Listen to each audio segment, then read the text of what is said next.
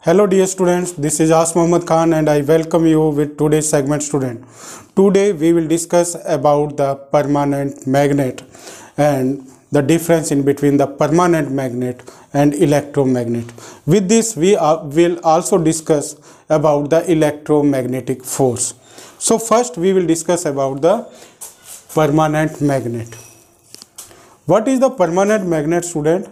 It is the magnet that have the magnetic force always. Means if the magnetic force is always found in a magnet, then that magnet can be considered as permanent magnet. And in this, student, permanent magnet are made of alloys, student.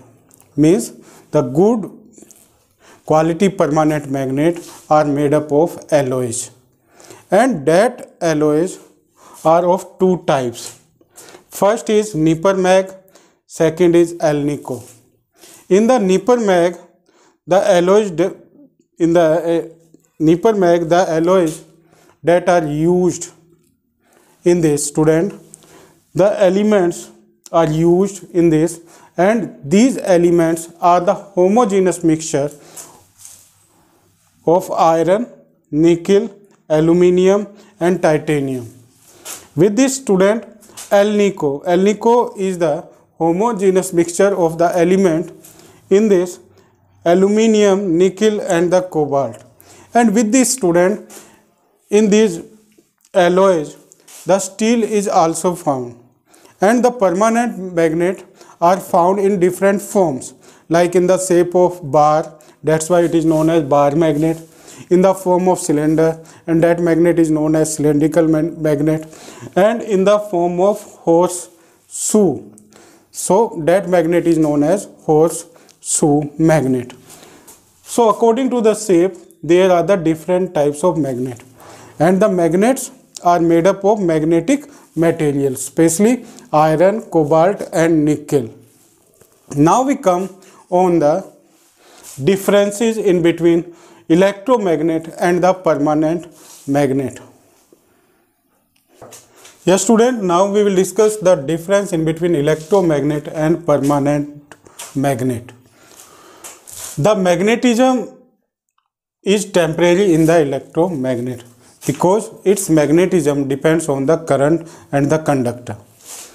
But in the permanent magnet, the magnetism is permanent. Means it cannot be changed. It remains same, student. With this, student, it produces very strong magnetic field when the current is passed through the electromagnet. But it produces weak magnetic field. Means electromagnet produces more magnetic field or strong magnetic field, but it produces, means the permanent magnet produces less magnetic field. Next is, student, its polarity. Polarity means north pole and the south pole.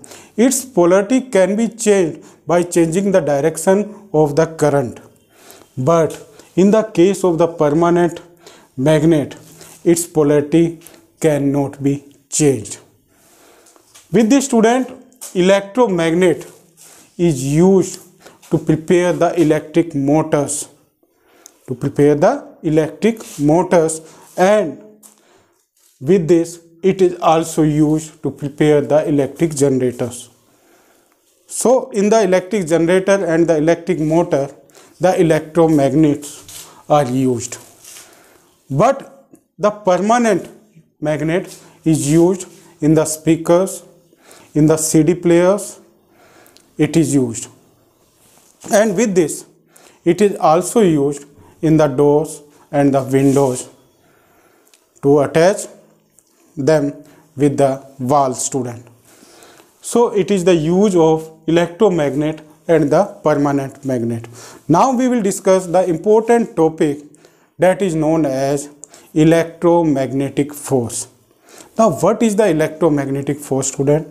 When the current is passed through an electromagnet, at that time it produces a force, and that force is known as electromagnetic force.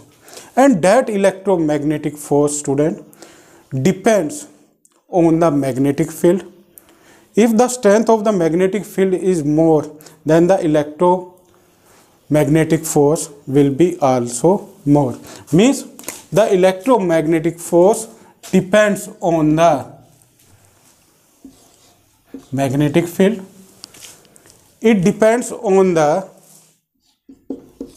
electric current, and it also depends on the length of the electromagnet, and it is directly proportional to it. So these are the three factors on which the electromagnetic force depends. First is the magnetic field, the strength of the magnetic field. Second is the electric current. Third is the length of the electromagnet. So these are the three main factors on which the electromagnetic force depends. Now, if we increase the magnetic field in the electromagnet, or the magnetic field is increased, then the electromagnetic force will be also increased. With this, student, if we will increase the current, then the electromagnetic force will be also increased. With this, the length of the electromagnet. If the length of the electromagnet is increased, then the electromagnetic force is also increased. Now we come, how do we know the direction of electromagnetic force? We know the direction of the electromagnetic force with the help of Fleming's left hand rule, student. With the help of the Fleming's left hand rule, we can know the direction of the electromagnetic force specially. Now, what is the Fleming's left hand rule? About this now we will discuss. So student, now we will discuss about the Fleming's left hand rule. It is the most important rule, student, from which we can know the direction of magnetic force or electromagnetic force. Means with the help of this rule, we can find the direction of electromagnetic force.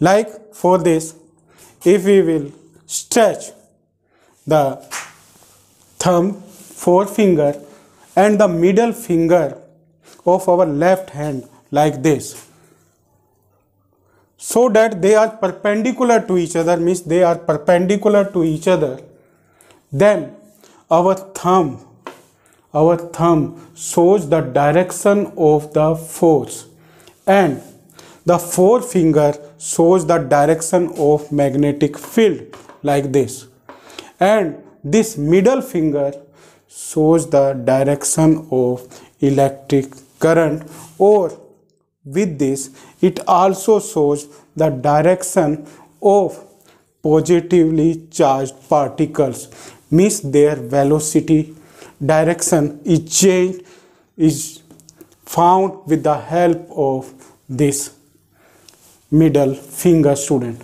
So what is the Fleming's left hand rule? If we stretch the thumb, forefinger and the middle finger of our left hand so that they are perpendicular to each other, then the thumb shows the direction of the force, forefinger shows the direction of magnetic field, and the middle finger shows the direction of current, and it is known as Fleming's left hand rule. And with the help of the Fleming's left hand rule, we can know the direction of force in the case of electric motor, student. So you will learn it. It is the most important rule, and generally it is asked in the exam, in your board exam it is asked. So thank you very much and have a nice day.